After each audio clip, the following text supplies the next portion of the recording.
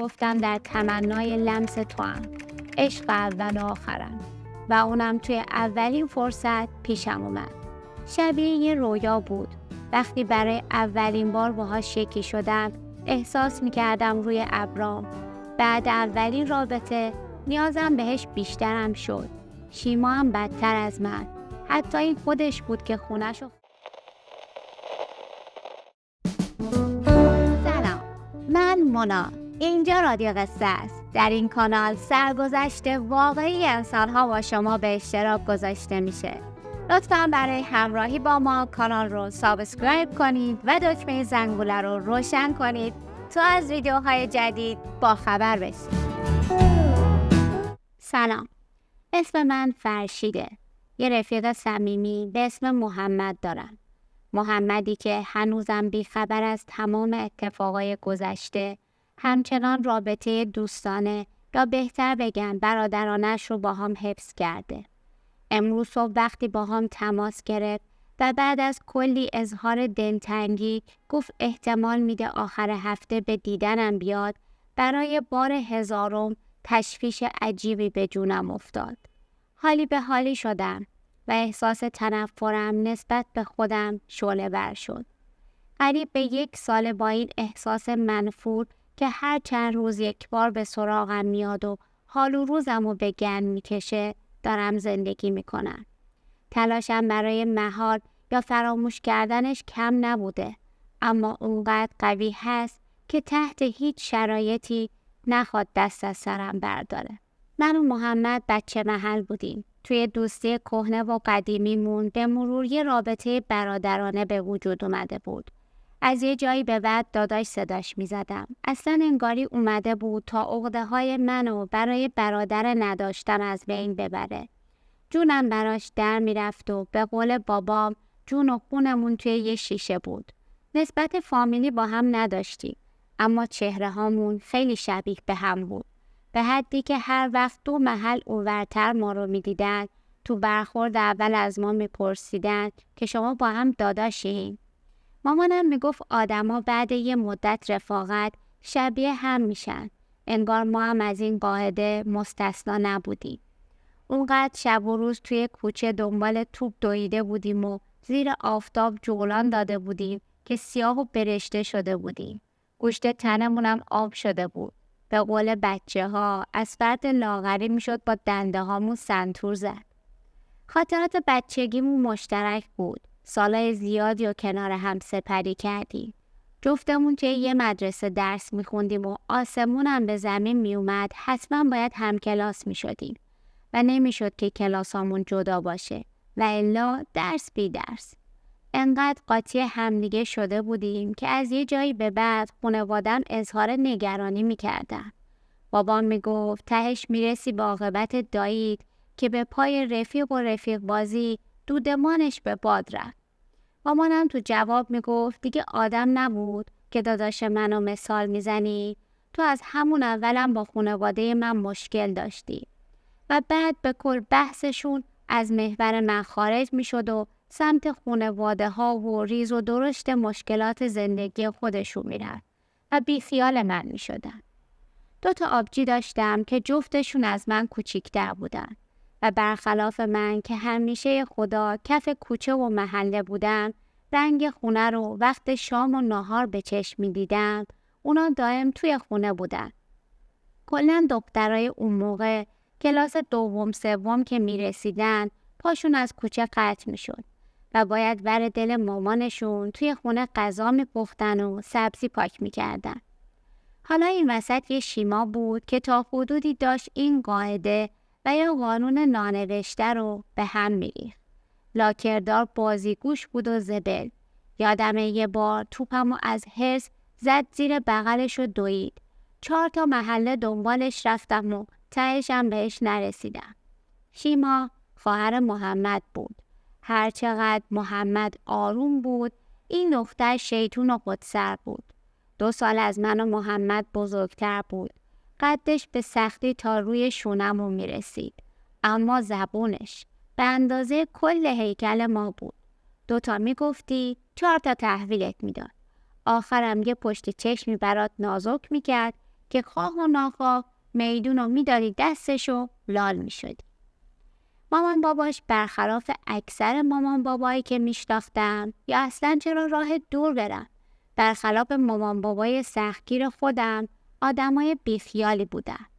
البته این بیخیالی تا سن 18 سالگی من و محمد ادامه داشت. از اون به بعد یه نقطه پایان تهش گذاشتن و تغییر روش دادن. انگاری فهمیده بودن 2 روز دیگه بیخیالی طی کنن بچه‌هاشون از دست میرن. تصمیم گرفتم بادی به قبقب بندازن و ابهتی از خودشون نشون بدن. محمد رو تا حدودی نسبت به قبل محدود کرده بودن. دروغ اگه بگم خوشحال نشدم. چرا که خوشم نمیاد وقتی خودم اجازه نداشتم از یه ساعتی به بعد بیرون بمونم محمد بتونه بیرون باشه. حسادت میکردم. شیما هم به کل عوض شده بود.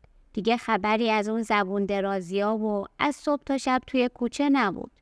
با اینکه هنوزم به اون درجه از محدودیت خواهرای من نرسیده بود، اما خب شبیه به قبلم نبود.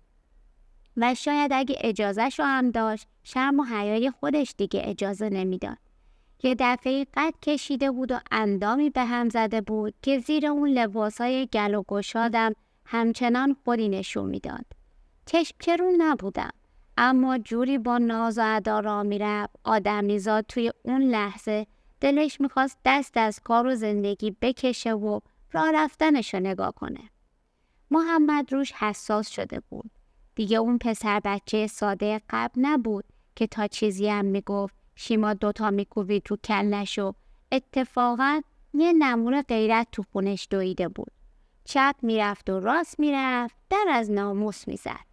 من کلن از این فازا به دور بودم و حرفای محمد برام خنده‌دار بود. اما خب محمد بعد سن بلوغ رسما تبدیل به آدم دیگه شده بود. برخلاف من با دختری دوست نمیشد و میگفت توی مرامش نیست با ناموس مردم سر کله بزنه. و من با اینکه تکی به امحال نمیداد، اما برای پر کردن اوقات فراغتم به رابطم با دخترای دور و برم ادامه میدادم. خودمونی تر بخوام بگم زیادی توی کف شیما بودم. اصلا همین که محمد نمیذاشت 1 دقیقه درست درمون بهش نگاه کنم و تا خود خونه اسکورتش میکرد منو بیشتر تعقیب میکرد. از محمد میترسیدم. یه جورایی یه حس خیانت در حق رفیق به هم دست میداد. اما بهش اعتنایی نمیکردم تا مبادا پررنگ بشه و منو از لذتی که داشتم محروم کنه. شیما از اون دخترایی بود که از ترس خانواده ساده لباس میپوشید، ساده آرایش میکرد، اما زیرابی زیاد میرفت. دوست پسر داشت. آمارش رو یواشکی از 1-2 نفر گرفته بودم و وقتی فهمیدم اهل دل خیلی خندم گرفت. یه تنه با این کارش تمام غیرت بازی و سختگیریای محمد و زیر سوال برده بود. محمد خبر نداشت و در خفا داشت این کارا رو انجام میداد. گذشت تا اینکه من وارد دانشگاه و محمد وارد بازار کار شد. با وجود مشغله‌های زیاد همچنان رفاقتمون پابرجا بود. زود به زود همدیگر رو می‌دیدیم. یه روز ساعت 6 غروب بود که اون پیام با اون محتوا از شماره ناشناسی روی گوشیم نقش بست. نوشته بود: سلام فرشید، شیمام، کار واجب دارم. میتونی بهم زنگ بزنی؟ حالا بماند با هول با اون پیژامه بابام از روی مبل پا شدم و نزدیک بود چند بار پخش زمین بشم. خودم رو به اتاق رسوندم. شمارش رو گرفتم و مثل همه پسرا بادی به گلو انداختم و صدامو کت و کلفت و خشدار کردم. گفت با دوستش بیرونه و ماشینش خراب شده و امکان داره دیر به خونه برسه. میگفت خب میدونه اگه دیر برسه محمد چه واویلایی به پا میکنه. به همین خاطر از من خواست محمد رو از خونه بیرون بکشم و مشغولش کنم تا اون برگرده. اصلا از صحت حرفش خبر نداشتم. حتی لحظه‌ای با خودم گفتم خدا میدونه با کدوم پسر، کدوم سمته. اما بازم ناخودآگاه بی توجه به درست یا اشتباه بودن کارم خواستش رو عملی کردم. محمد رو به بهونه‌ای و چند ساعت بیرون بردم. بعد از اون هر وقت کارش گیر می افتاد یه پیام با کلی ایموجی مظلوم نمایی برام میفرستاد و منم شبیه یه آچار فرانسه کاراشو رو به راه میکردم. اینطور شد که رابطه تلفنی من و شیما کم کم جریان گرفت. اوایل در حد همون هماهنگ کردنا بود. این خودم بودم که رفته رفته پررویی به خرج دادم و کلم و تا گردن توی زندگی خصوصیش کردم. از دوست پسراش میپرسیدم و اونم که کاملا به هم اعتماد داشت راست و حسینی همه چیو کف دستم میذاشت. و من بعد هر جوابش زیر لب میگفتم عجب مارولکیه این دختر. شیما برام جذاب و خواستنی بود، اما شبیه یه میوه ممنوعه آبدار فقط باید از دور نگاش میکردم و آب راه افتاده دهنم رو قورت میدادم. از یه جایی به بعد منم بی‌پروا از دوست دخترای قبلم بهش میگفتم و جالب بود که وقتی میشنید که مدت زیادی با دخترها سر و کله نمیزنم خوشحال میشد. محمد از این رابطه پنهان ما خبر نداشت. اگه خبردار میشد قیامت به پا میکرد. همچنان اون حس عذاب وجدان پا به پا میومد. اما با خودم میگفتم بی خیال بابا، دختر عشق و حالشو با یکی دیگه داره میکنه، پیام دادنش به من رسیده. حالا من چرا باید عذاب وجدان داشته باشم؟ با همین حرفا عمل خودم رو توجیه میکردم. همچنان به کار خودم ادامه میدادم. من و شیما چند باری همدیگر رو جایی دورتر از محلمون دیدیم. یه جورایی رابطمون دوستانه شد. درست مثل 2 دوست صمیمی که البته یکیش که من باشم در آتش داشتن و خواستنش میسوختم. اما وانمود میکردم اون مثل خواهرمه و تو مرام رفاقت نیست که به خواهر دوستم چشم داشته باشم. گذشت تا اینکه بعد مدتی من گوشیم سوخت. از لحاظ مالی شرایطم جوری نبود که بتونم به این زودیا یه گوشی بخرم. به کل دپرس شده بودم. انگاری که محمد این جریان رو توی خونه تعریف کرده بود. 4-5 روز بعد شیما وقتی منو توی کوچه دید با کلی ایما و اشاره خواست که برم تو حیاطشون. نمیدونم خانواده‌ش و محمد کجا بودن.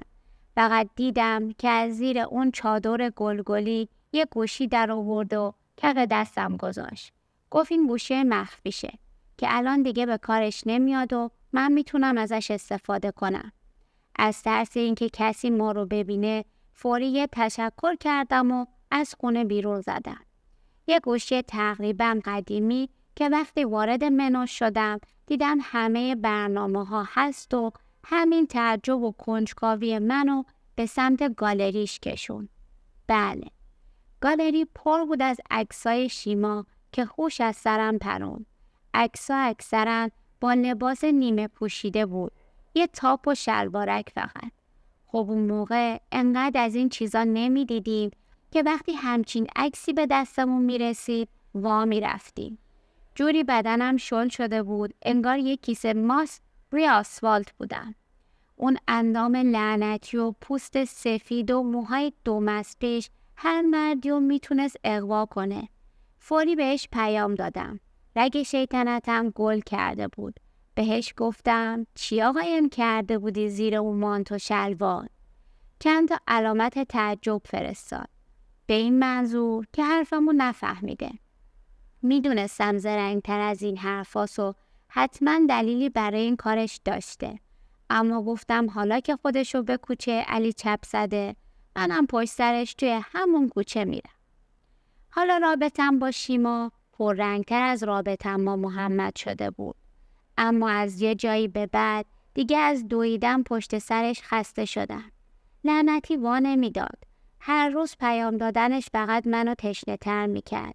یه روز اونقدر از اینکه نمیتونستم مثل دوست پسرای سابقش باهاش حال کنم عصبی شدم که بی دلیل باهاش یه بحث را انداختم. و بعد اون به طرز عجیب و باور نکردنی رابطمونو قطع کرد.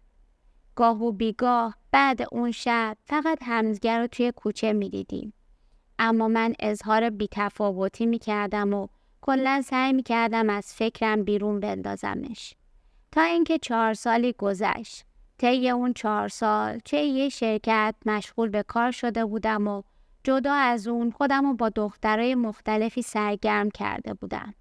و ناکام موندن از شیمایی که توی مشتم بود و نتونسته بودم یک بارم باهاش به اوج برسم همچنان گوشه‌ای از دلم بود. تا اینکه مامانم گفت ازدواج کرده. اگه تا اینجای داستان خوشتون اومده لایک بزنید و کانال رو سابسکرایب کنید.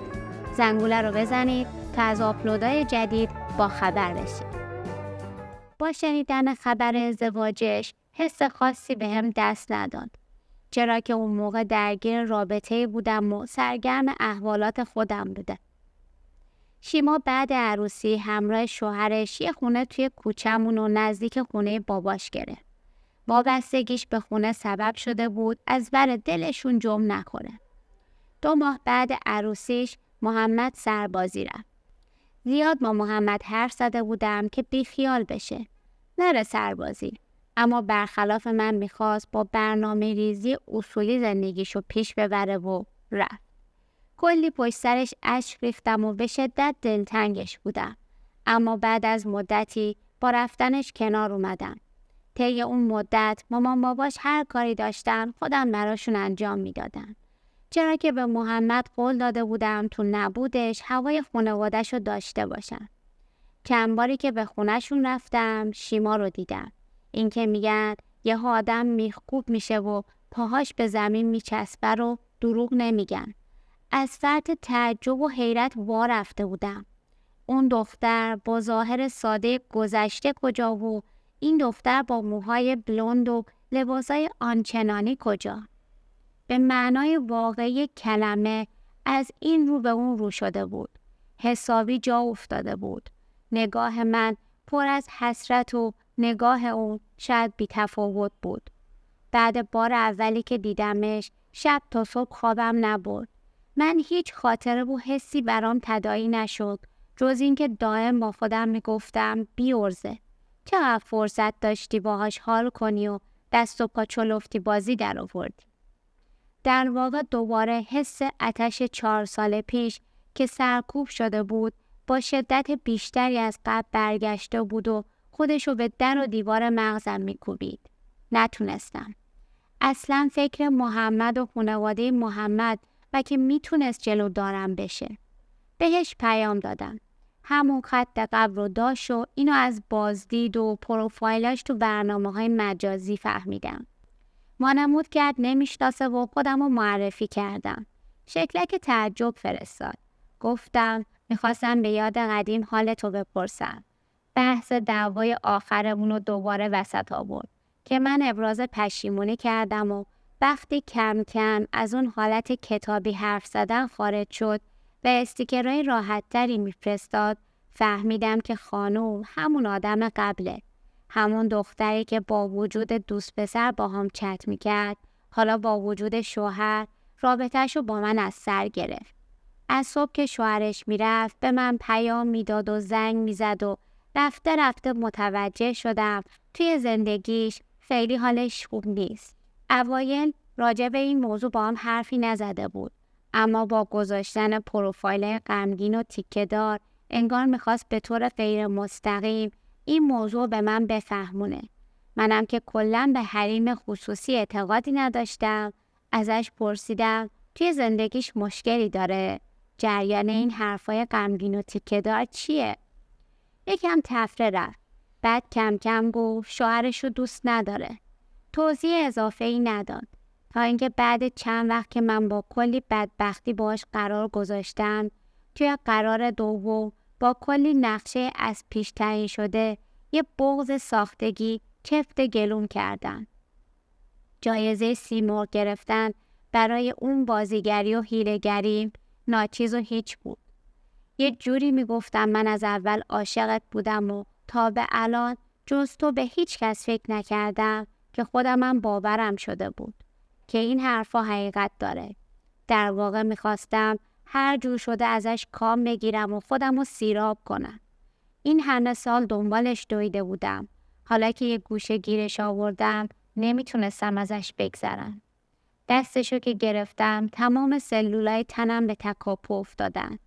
انگشتاشو دور انگشتام چرخوند و همونطور که با ناباوری به لبام خیره شده بود، سیلی از اشک روی صورتش راه افتاد و چیزی رو گفت که جا خوردم.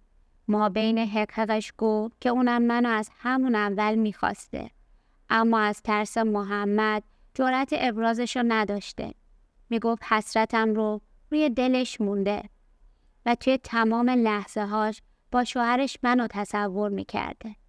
رفته رفته گفت که به اجبار شوهرش به اون سر و وضع در اومده و مجبور تیپای عجق و عجق و آنچنانی بزنه، چرا که اون از سادگی خوشش نمیاد.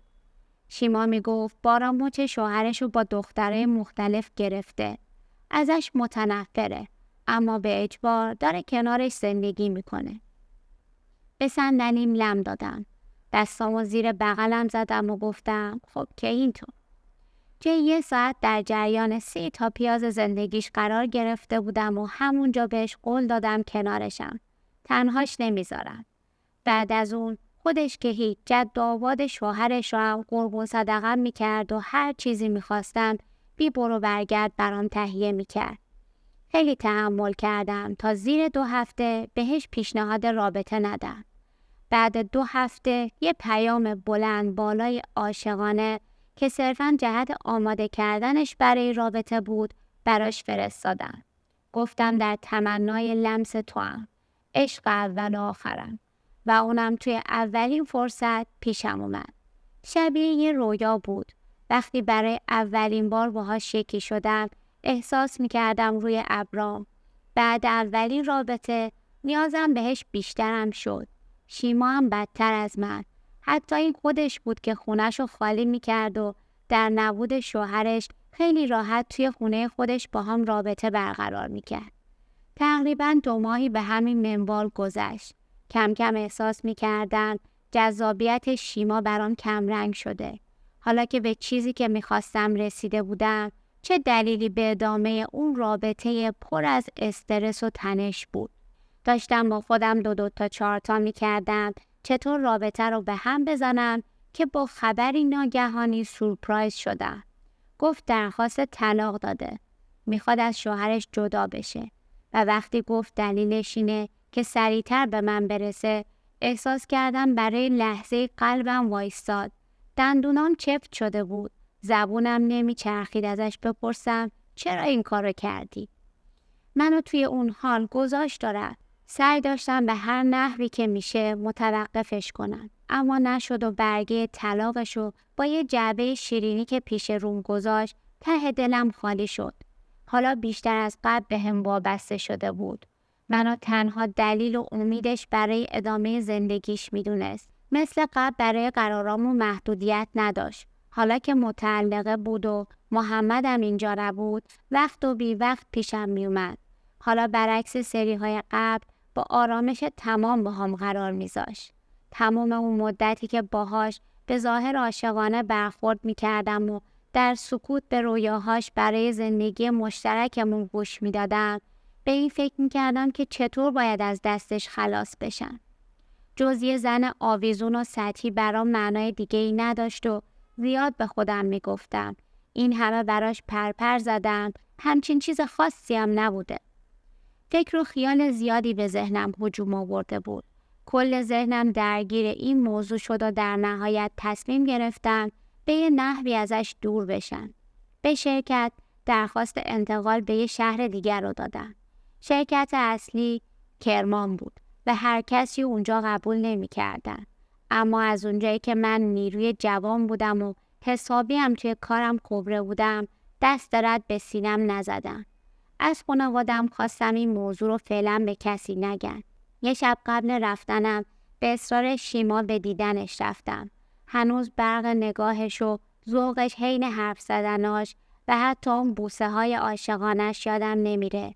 همون شبم طبق عادت به دروغ بهش قول موندن دادم و فردا بی خبر تمام وسایلم رو جمع کردم و شهرمون رو به مقصد کرمان ترک کردم.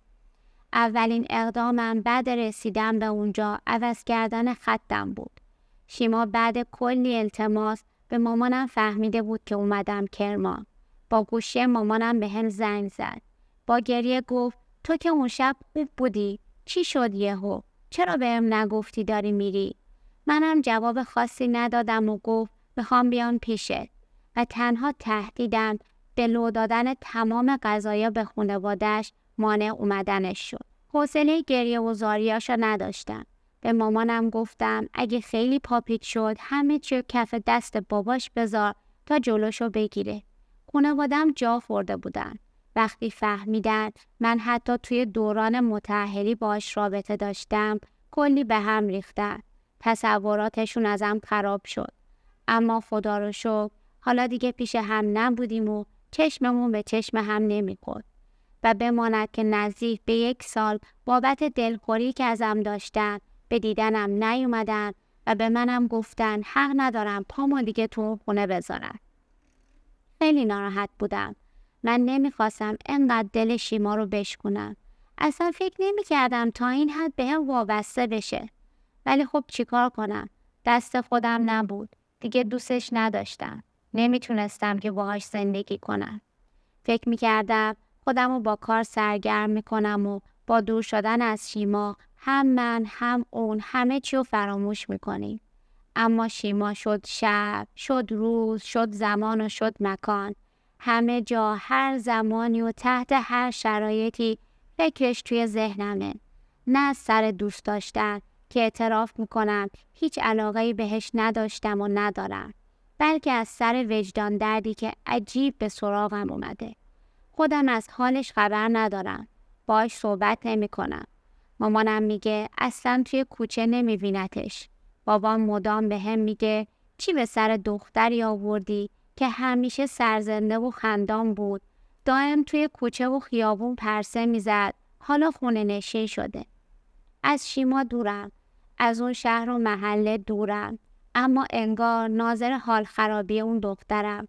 انگار خودمم دارم پا به پاش آب میشم و انگار که روحمون در کشیدن عذاب با هم عجین شده. به این زندگی نکبتبار بالاجبار ادامه میدم. به هر دری میزنم تا لحظه ای فکرم از گذشته پرت بشه و حالا این گذشته است که داره به سراغم میاد.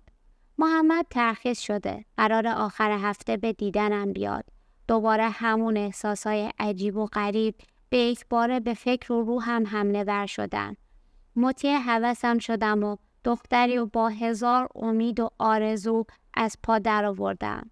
به رفیق چند سالم که هنوزم بیخبر از تمام اتفاقا منو برادر خودش میدونه خیانت کردم. دیدگاه خانوادم و نسبت به خودم خراب کردم. آرامشم و با دستای خودم از زندگی فراری دادم و حالا هم درموندم. حرف دلم و تنها پیش یکی از همکاران گفتم چون نیاز داشتم با کسی حرف بزنم و الا این دردای انباشته و حرفای تلمبار شده توی سینم منو میکش. سکوت کرد، قضاوتم نکرد و بعد از ساعتها گوش دادن حرفی زد که منو برای دقایق زیادی توی فکر فرو برد. گفت شاید تو کارمای شوهر شیما بودی، همون مرد خیانتکاری که چرخ و فلک روزگار تو رو سر راه زنش قرار داد تا بدونه این فقط اون نبوده که به زنش خیانت میکرده، اونم بهش بدی کرده. از اینکه وقت گذاشتید و این داستان رو گوش دادید ازتون ممنونم. برای شنیدن داستان‌های بیشتر و مطالب جذاب حتما تو کانالمون عضو بشید و با دوستان خودتون به اشتراک بذارید. دوستتون دارم. خدا نگهدار.